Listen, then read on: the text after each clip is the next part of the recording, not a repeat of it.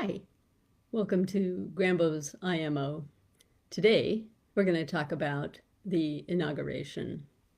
Inaugurations have happened since George Washington, and the inauguration is the day in which the president-elect takes the oath of office to promise, well, he swears an oath or an affirmation in a solemn way to promise to defend, protect the Constitution of the United States and to perform the office of the presidency of the United States.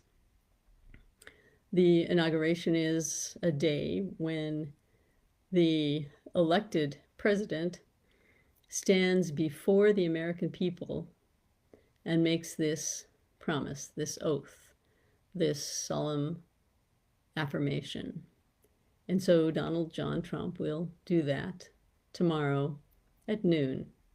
And after he takes the oath, he will then present his inaugural address. Now, because it's super duper cold in Washington, D.C., tomorrow the high will be like 20 if they're lucky, with maybe wind chill factors making it more like 11. So it's kind of a bitter cold, and so Trump has decided to take the ceremony indoors.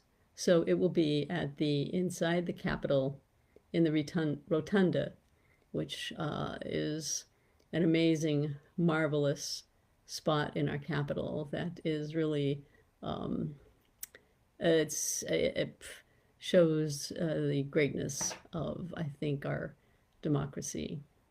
So there in that great place, he will take the oath and then give his inaugural address. So I'm going to be curious tomorrow as he gives his address, what is the setting that it's in? Now, I know that a lot of us gave our votes for Trump because he said he was going to lower prices. He was going to lower grocery prices. He was going to not tax tips, not tax Social Security, not tax overtime. No, these are promises that actually hit our pocketbooks and would be enormously helpful to us. He said he's going to lower prices, indicating maybe even like our rents and how much it costs. Just that the cost of living, he was going to get it to come down. And he was also going to be a president of peace. He said even before his swearing in, he would end the Ukraine-Russian war, that he could end it in 24 hours. That hasn't happened yet. He said he would do that. And he has had a hand in helping with the ceasefire that is happening right now in Gaza. There have been already 3 people who have, hostages who have been returned. This peace agreement is something that's going to extend over 6 weeks. And if everybody keeps their parts of the agreement, at the end of six weeks, the war will be over. So Joe Biden actually came up with this plan back in May, and it is now coming hopefully to fruition. It's going to be largely upon President Trump to encourage, insist, make sure that the plan comes to fruition, all the hostages get returned, and that there is peace in the area. So when we listen in, if you're going to be listening in, watch what he says. Listen for, okay, says he's going to not tax Social Security, not tax overtime, not tax your tips. Well, these kinds of things require a law, which the House of Representatives and the senators have to pass. So that requires a bill.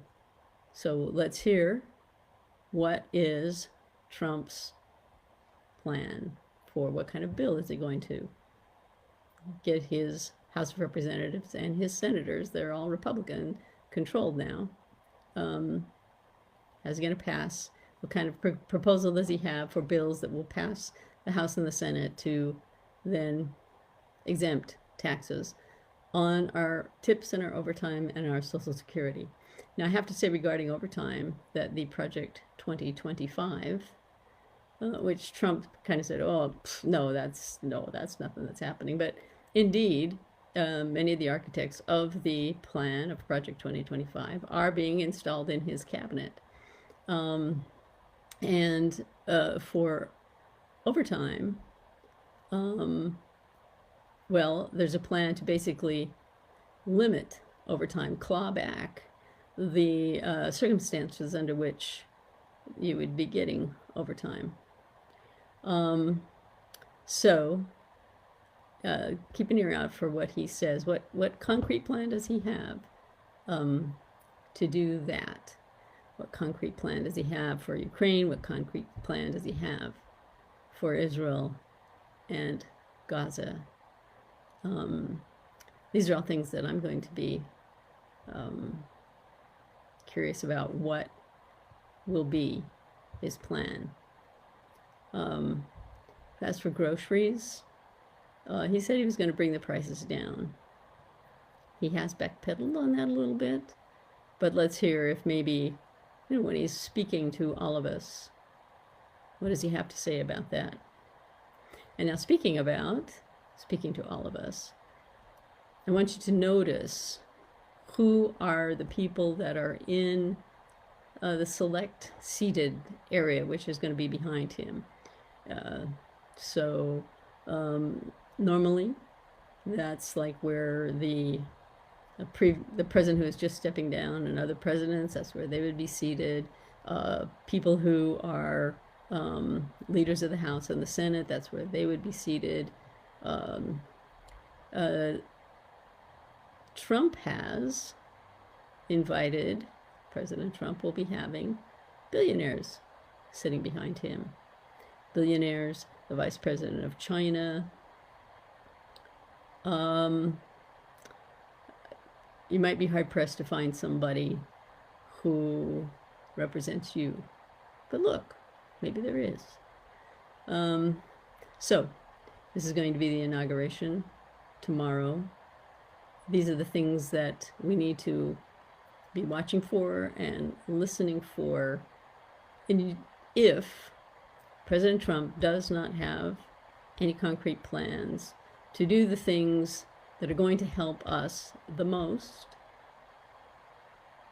reduce our cost of living the most, well, what we can do is write to him, call him, write to your senators, call your senators, write to your representative, call your representative.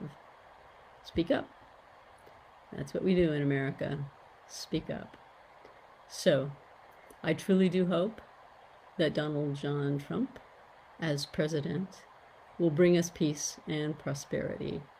I truly do hope that he will make the world a safe place, keep it a safe place. Right now, we are not at war with anybody. We don't have troops on the ground anywhere fighting. And it's my hope that that's how it is. That's how it remains for the duration of President Trump's presidency. So, that's my opinion. That's Grambo's IMO for today. I want you to all be safe out there. Take care. Be kind.